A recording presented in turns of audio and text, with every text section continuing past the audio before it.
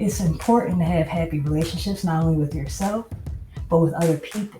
Happy me. Happy me equals happy we. It's happy me equals happy we. That's how we're going to get this thing rolling. That's how we're going to build momentum. That's how we're going to increase the happiness that point as well. That's how we're going to push this thing forward. It's going to take you. It's going to take me. It's going to take all of us to develop a happiness action plan for ourselves so that we're not going to blame someone else for our unhappiness. We're not going to blame all these other circumstances and blame. Play that blame game, play that blame game. You're blaming me, I'm blaming you. Instead of playing the blame game and figuring out what's making you unhappy, how about playing for it? You know what pisses you off. I know what pisses me off.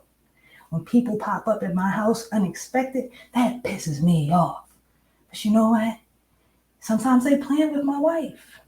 And I have no idea. And they pop up at my house, but it's not really a pop-up. It's a planned pop-up. Should I now get upset? In the past, yes, I am guilty of getting upset.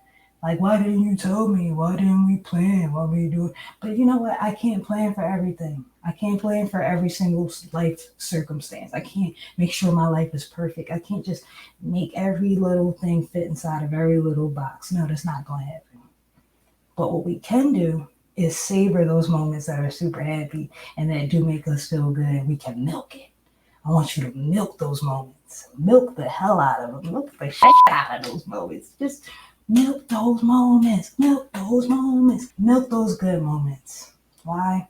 Because you never know when you're going to have the next one, unless you're planning for one.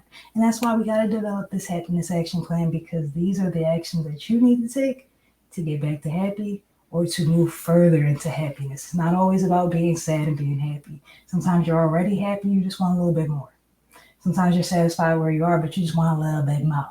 You can plan for it. So there are two different types of happiness action plans. You have the internal happiness action plan, and you have the external happiness action plan. The things that we can see are a result. They're a mirror. They're an outpicturing of all the invisible things inside of us, all the things that we really cannot see. We only feel the effect of, like thoughts, feelings, emotions.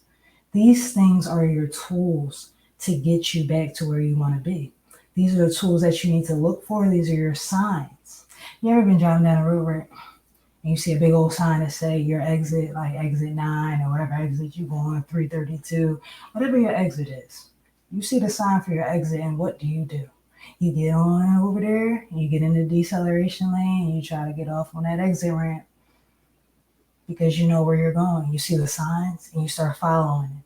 Same thing with your emotions. Your emotions, your feelings, your thoughts, they're all signs.